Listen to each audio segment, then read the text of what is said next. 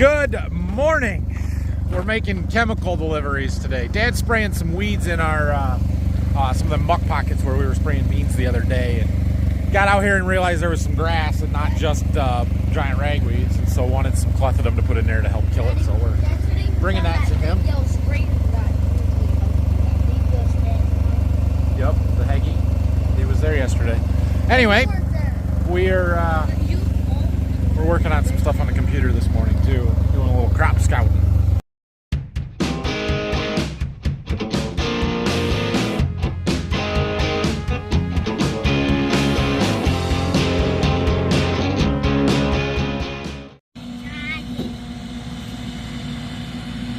We'll get some sprayer videos, because sprayer videos are always good, right? Plus I don't get it from here very often. Okay, he can keep it.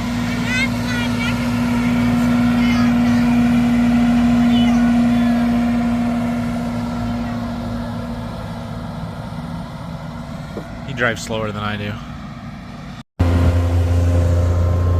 So we farmed these two fields. Some guy bought a lot in these woods and decided to put a house or a barn or something back in there, and now he's getting electricity. And they put the dang poles in our field. Now, that is better than 30 feet out into the field, but why couldn't they just put them right along the road? I don't understand. It's frustrating. So now we gotta swerve around poles every time we plant these ends. I hate doing that. I hate it.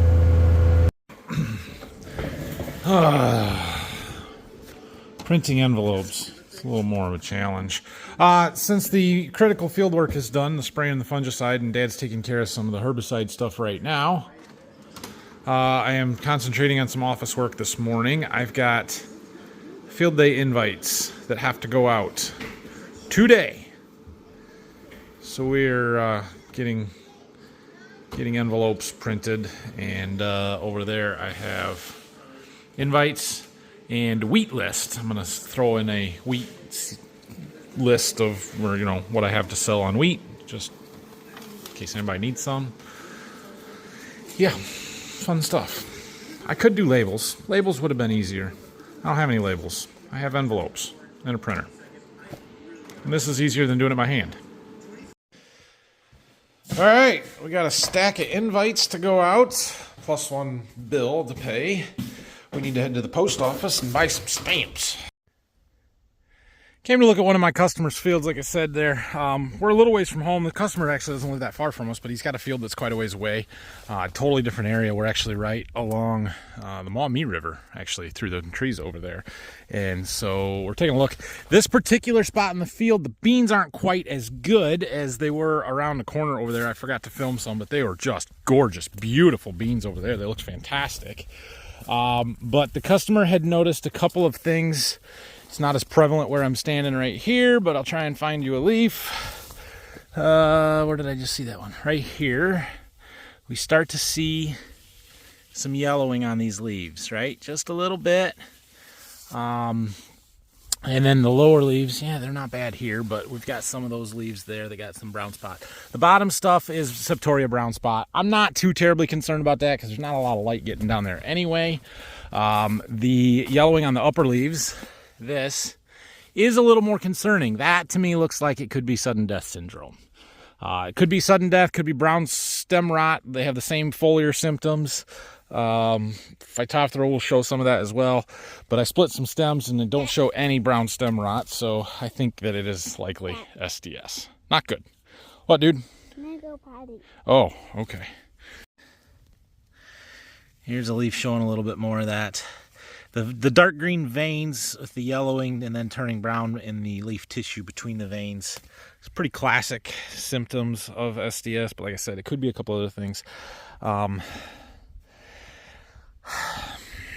Yeah, not a good thing. It doesn't seem to be super prevalent, especially right here, but there's a little bit of it. We're gonna go back over to the other spot where they were really good, and I'm gonna show you those. One thing I am finding here, let's see if I can get the camera to focus. We've got some soybean aphids. See those little green specks right above my thumb there on the bottom of that leaf? Those are soybean aphids, and that's not a good thing. Now these are a 3-3 maturity bean. They are very full season, and they're just time to spray them. So he's got time to save the, kill the bugs off and get some fungicide out here. And there's what our plant looks like. We got some pods coming on the bottom there. But this one by my pinky is the 4th node down. We're just barely to R3. I mean, he's got a ways to go. So it's time. Not super critical timing in spraying yet. He's got this next week to get it done. Early next week, I would be out here, Monday or Tuesday. Back around the corner from where we just were on that side of the woods. And these beans here are waist high on me. They're beautiful, beautiful, except we have this. Ooh, what's that? I don't think that's a frog eye spot, but anyway. This yellowing on these upper leaves here that is concerning to say the least. Nothing you can do about that at this point. It is something we could have addressed with some seed treatments maybe. But yeah. They overall look really good. It's just a matter of what's this field going to look like in 2 or 3 weeks. If that is SDS, how bad is it going to be? All right, well, I took a bunch of pictures, some video clips for you guys. We're going to send them off to the agronomist to make sure he confirms what I suspect, and then give the customer a call and let them know what we found. The sprayers are busy these days. Better wait.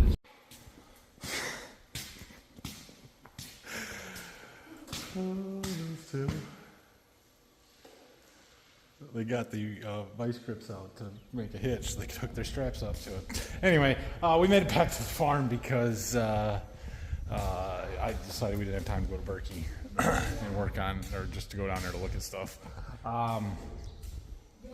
Yeah. I need to get my lawn mowed. I haven't done that since we've been back, so I think I'm going to go and do that. Brock is here. He got here after we had left a little bit and is doing some mowing. I gave him a camera, so he's hopefully filming something for us. Good morning. Welcome to the farm. I don't know if Nathan's already said that this morning, but I just got here, and our chore again today is going to be some mowing.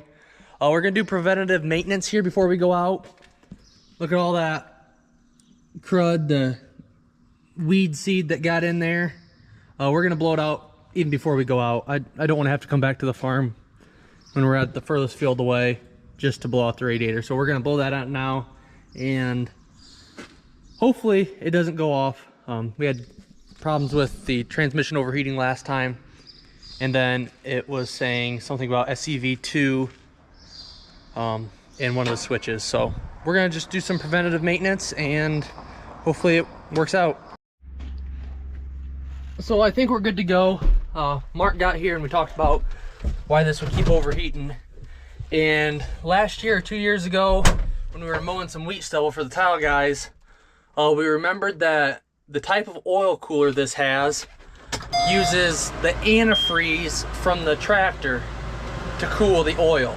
So if the antifreeze is low, then it doesn't circulate and cool the oil. So we looked at that and it was a little low. So that could probably be our problem. We added some antifreeze. I still blew out the radiator, and we're gonna go mow. Hopefully that was the problem and it's fixed for the day, but let's go do some mowing. Well, our preventative maintenance didn't work. I've been mowing for quite a while, so I guess it helped. I've been mowing for 2.5 hours, but I don't know if you can see that. Transmission, oil high, or temperature high, stop. So what we're gonna do, we're gonna stop here. I cleared out a little path here so there's no weeds around. And we're gonna clean out the radiator here, let it run, let it try to cool down. But if not, we're gonna have to go back to the farm. Well, that fix worked for about 10-15 minutes and the light came back on. So we got it folded up. We're headed back to the farm. Gonna use the air compressor again, and then I'm gonna spray it out with water, and then spray the oil cooler, the transmission oil cooler. It's actually underneath the tractor. The way this tractor is set up, how it cools the oil is takes the antifreeze, and the antifreeze cools the cooler for the oil, and something weird. But we're gonna clean everything, all the radiators, the and hopefully that fixes our problem. I know it will for a little bit, so my luck, we'll get back up to the field, go for about 10 more minutes, and it'll come back on, but it's worth a shot. Well, we're headed back. I sprayed out the radiator with the air hose with the water. I put water on the oil cooler. I'm trying everything. Get me 3 hours and then I'll call it a day. It'll be 6 o'clock. So all I'm asking is for 3 hours of work here, which we got 3 hours the first time. So if I cooled it down, we'll be able to make it. So this is some pretty thick stuff that we got coming up here, this waterway. Oh, right there. So I don't know, we'll see. Hopefully it works. Well, it worked for a whole 10-15 minutes, so I'm done with this tractor. It's frustrating, but we got another one that can do the job. We're gonna bring out the old girl, the old 4440. So we're gonna head back to the farm and switch tractors. A little older tractor, not quite as nice, but you know, it works and doesn't throw codes. So here we go. Here we are. We got the upgrade. In the process of trying to get this unhooked from the 7520, couldn't get that off. It's the PTO that goes in the tractor. So I just did it out of the tractor and soaked it in some WD-40. We'll let that soak for a little bit. We gotta switch out the one here and then try to take that off. Once we get that done, we'll hook it up and go. You guys may remember a month or two ago I told you we had a new bin floor for a bin. Well, Phil was busy last week while I was gone.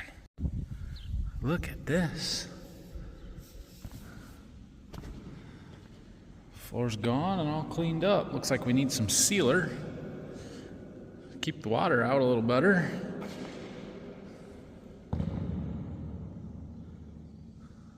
Wow. So we're putting a new floor in here. We're taking the old 8-inch unload out and gonna put a 10-inch unload in. So, yeah.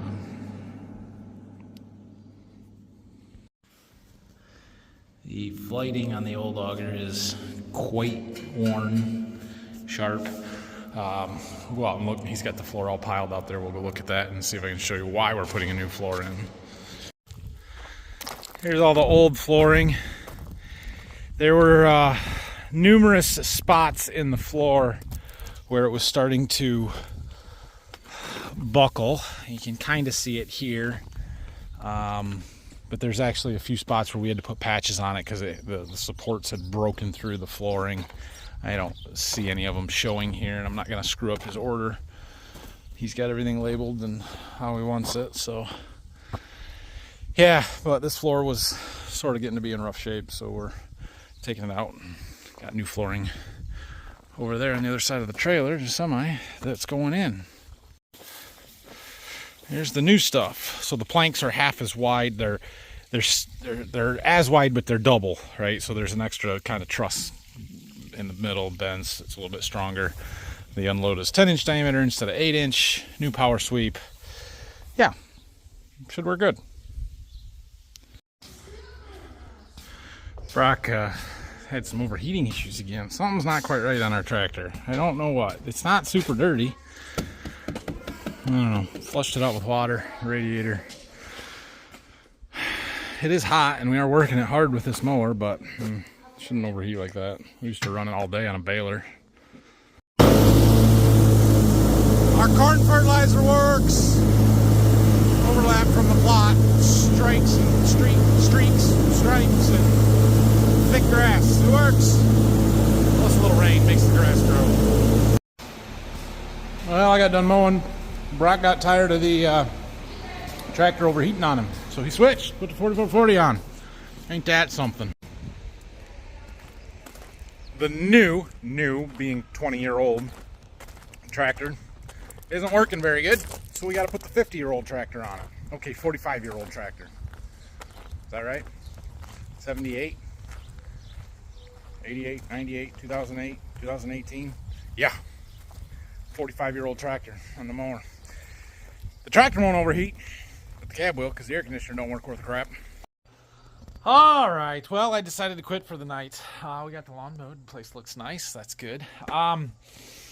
I had to quit early tonight because I have a couple of things. One, I have a crap ton of video editing to do. Turns out when you don't actually do the filming, it takes so much longer to edit the videos. So I am working on this plow day video. It's coming for you sometime weekend next week. I don't know. I hope it's coming then.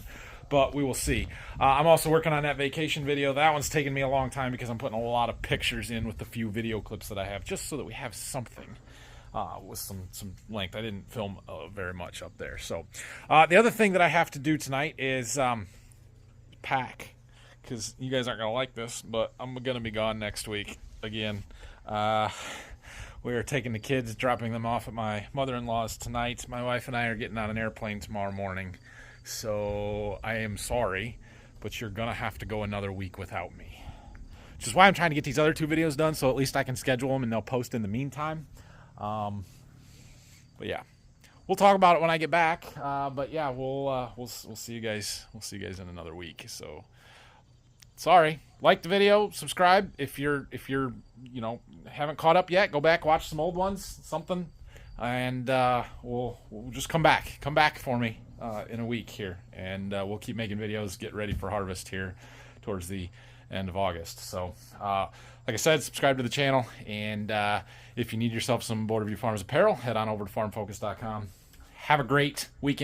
We'll see you guys later.